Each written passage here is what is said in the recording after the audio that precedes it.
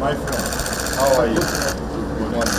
Vezîrên derveyên Rusya û Tirkiye Sergey Lavrov û Mevlût Çavuşoğlu îro li Serokkomariya Tirkiye civiyan. Piştî civîna du vezîran, konferansek hewbeş yeke çapemeniye hat dirust kirin. Di civîna çapemeniyê de egera operasyona Sûriye û Rojavayê Kurdistanê, qayrana cîhaniya genime û şerê Ukraynayê mijarên sereke bûn. Lavrov, bi rexnekirina aktorên Rojavayê li Sûriyê got, em giringî didin nigeraniyên ewlehiyê yên Tirkiye û di formata Astanayê de dê hevdîtinên me berdevam bin.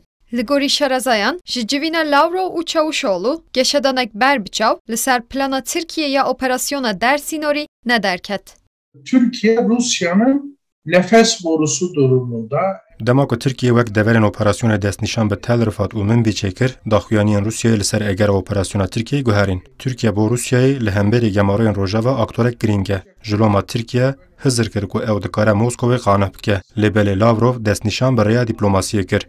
Li aliyê din beşek ji Şerezayan jî dibêjin, Tirkiye bi hewlên xwe yên davîn, nêrîn û helvesta Amerika û Rusyayê dixwaze bibîne. Bu bölgeler gerçekten çok önemli. Ji xwe Tirkiye tu caran bi temamî ji Sûriyê derneket û li Sûriyê tevgerên Tirkiyeyên serbazî her berdewam bûn. Lêbelî danûstandinên davîn bi Amerîka û Rusyayê hebûnek berfirehtir li deverê armanc dikirin. Av û hewaya di qada navdewletî de diguhere. Tirkiye van guherînan dişopîne.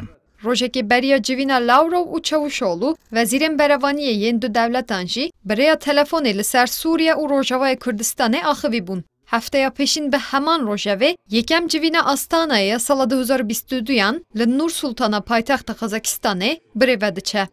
Nalîn Dirî, Kurdistan 24, Enqere.